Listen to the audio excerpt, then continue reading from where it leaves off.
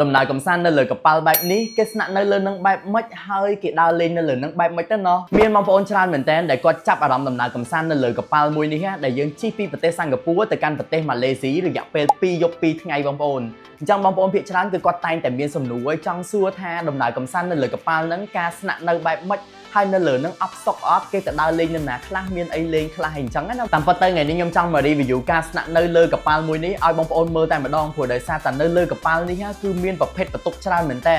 ហើយខ្ញុំនឹងប្រាប់ថាបន្ទប់មួយណាដែលជាប្រភេទបន្ទប់ standard ដែលយើងរៀបចំសម្រាប់អតិថិជនរបស់យើងតែម្ដងបងប្អូននេះគឺជាប្រភេទបន្ទប់ balcony state room ដែលជាប្រភេទបន្ទប់ដែលយើងរៀបចំសម្រាប់អតិថិជនរបស់យើងតែម្ដងបងប្អូនប្រភេទបន្ទប់នេះគឺថាធំទូលាយមែនតែនហើយសំខាន់បន្ទប់នេះលក់ដាច់ដោយសារតែបន្ទប់នេះមានវេរ៉ង់ដាសម្រាប់ឲ្យបងប្អូនចេញទៅខាងក្រៅ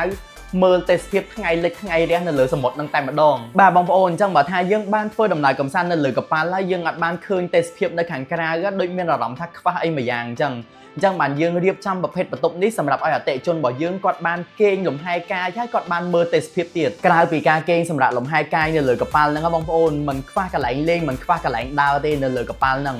គឺសម្បូរកន្លែងដើរកន្លែងកំសាន្តច្រើនមែនតើនេះបងប្អូននៅជាន់ខាងលើនេះគឺមានសពគ្រប់បែបយ៉ាងហ្មងមានតាំងពីសួនទឹកអាងហែលទឹកកន្លែងវាយកូនហ្គោលជិះខ្សែរ៉កអីហ្នឹងគឺមានទាំងអស់ហ្មងបងប្អូនអត់ខ្វះអីលេងទេហើយគឺថាកន្លែងលេងទាំងអស់ហ្នឹងគឺអត់មានគិតលុយទេរួមបញ្ចូលទាំងអស់តែម្ដងហើយពេលយប់ឡើងនៅលើកប៉ាល់ហ្នឹងគឺគេមានការចាក់ភ្លេងរាំលេងប្រគំតន្ត្រីហើយគឺគេបើកភ្លើងពេញមកកប៉ាល់ហ្នឹងតែម្ដងបងប្អូនគឺថាស្អាតខ្លាំងមែនតើនៅលើហ្នឹងក៏មានជាការសម្ដែង show ពិសេសដែរបងប្អូនហើយ show គេមានដល់ទៅ2យប់ដើម្បីឲ្យបងប្អូនចូលមើលបានដោយសេរីតែម្ដងបងប្អូនហើយ show កន្លែងគេមើលហ្នឹងគឺថាធំខ្លាំងមែនតើបងប្អូនចូលទៅមើលគឺថាធំជាងរោងកុន2ទៅ3ដងក្រៅពីការមើល show ហ្នឹងបងប្អូនអាចដើរមើលនៅលើកប៉ាល់ហ្នឹងដើរ shopping ទិញអីវ៉ាន់ brand នៅលើហ្នឹងបានដោយសេរីហ្មងព្រោះដោយសារនៅលើហ្នឹងដូចផ្សារទំនើបអញ្ចឹងបាទមានសັບគ្រប់បែបយ៉ាងហាងម្ហូបហាងបាយហាងអីហ្នឹងគឺមានទាំងអស់ហ្មងជាលើកទី1របស់ខ្ញុំនៅពេលដែលធ្វើដំណើរកម្សាន្តនៅលើកប៉ាល់ហ្នឹងបងប្អូនគឺមានអារម្មណ៍ថាជាកន្លែងទី1ឯដែលធ្វើឲ្យខ្ញុំមានអារម្មណ៍ថាជាកន្លែងសម្រាប់លំហែកាយពិតប្រាកដបងប្អូន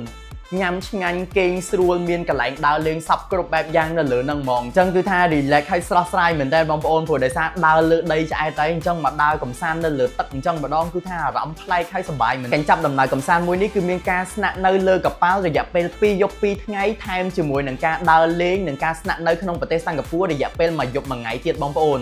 ហើយគឺយើងធ្វើការហោះហើរជាមួយនឹងក្រុមហ៊ុនអាកាសចរ Singapore Airlines តែម្ដងបងប្អូនអញ្ចឹងបើសិនជាបងប្អូនចាប់អារម្មណ៍ដំណើរកម្សាន្តនៅលើកប៉ាល់មួយនេះអាច call មកសាកសួរជាមួយនឹងក្រុមការងារ World Pop របស់យើងបានក្រុមការងារចាំផ្ដល់ព័ត៌មានជូនបងប្អូនណាបាយបាយ